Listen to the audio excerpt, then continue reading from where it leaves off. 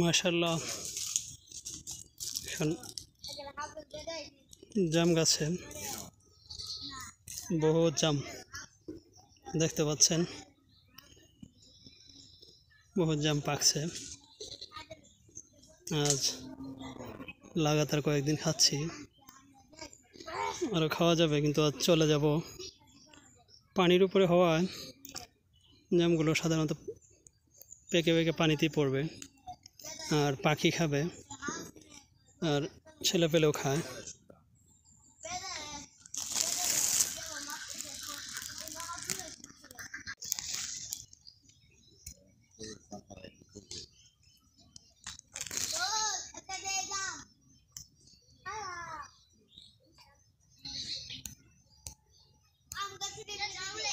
হুম।